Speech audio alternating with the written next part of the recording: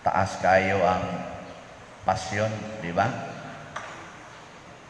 Gisiguro lang yun sa ebanghelista ni San Marcos nga detalyado gyud giun sa pag-antos, giun sa pagkamatay ni Hesus. Aron historically, theologically, philosophically, sa pagilain, actually makamatuod yun ang kalibutan nga si Hesus ang gitawag nga atong manunubos, nag-antos ug namatay para nato. Sige, pangutan-an ang imong tupad. Lingi ang imong tupad. Ipangutan-an na, gusto ka nga maliwat ni Hesus? Hindi ka lang. Pangutan-an na, gusto ka maliwat ni Hesus? Nakakunog mo sa noong ba? Wa manglingi ang uban.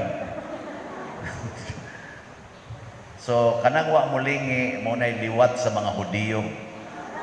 Kanabang, og di ta gustong maliwat ni Hesus, liwat ta sa mga Hudiyo nga mipaantos o mipatay ni Hesus.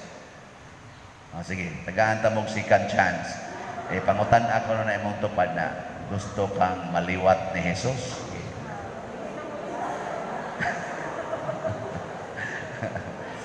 Oy, daghan kay nato mga Judas, mga mga Hudiyo.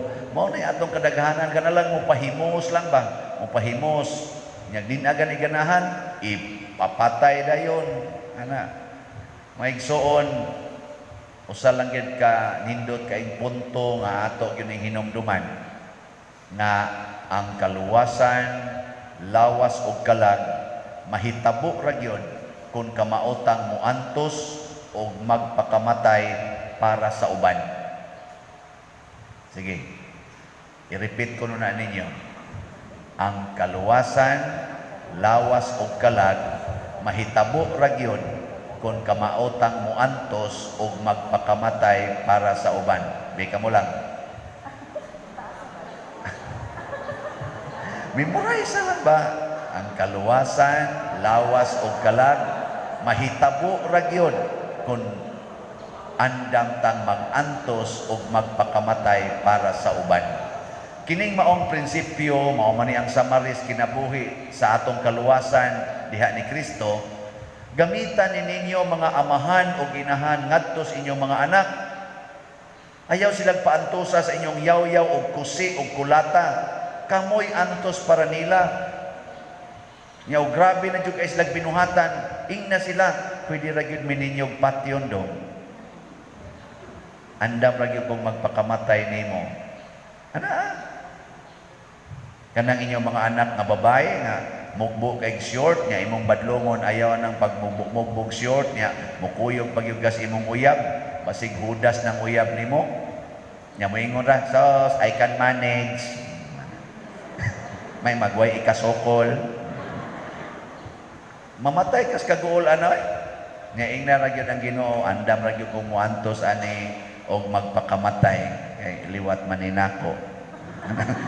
Otro man sa kasuna gitukhang man sa kao pa kay kasal. Kita nga mga makasasala dunay dakong rason o responsibilidad nga mag-antos o magpakamatay para sa atong kaluwasan o kaluwasan sa uban. Si Kristo way sala, si Maria way sala, pero miantos og nagpakamatay para natong mga makasasala. Kita pa kaha? No? Lain na sang paglingi sa imong tupad. Giing na ko no, giing na. Sige ha? Kani mo isulti ha? Giing na. Andam kang mag-antos para nako. Giing na.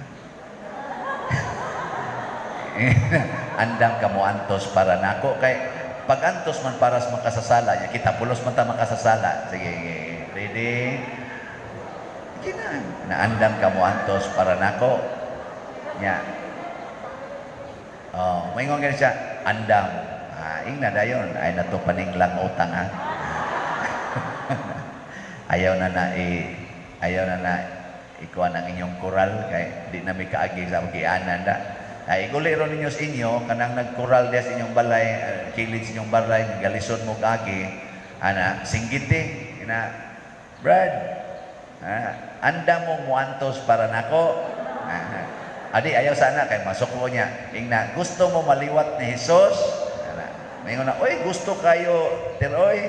Ana isa si Hesus nagantos og namatay para siyang isig katao. Andam ka mo antos para nako, Brad. So, oo, maugay ko as Ginoo. Pwede iirog lang na inyong koral. Aron kaagi akong multicam. Ano ba? No? Nyaming ko rin, ay binuang rin pakpon tanong ka, ay hudas man di ay. Wala ka. Ay nalang sa pamugos kay, hudas ko na, pat yun yung gana. Ikaw na lang say antos o pakamatay para niya. O diba, nindot? Sige, nindog na ta.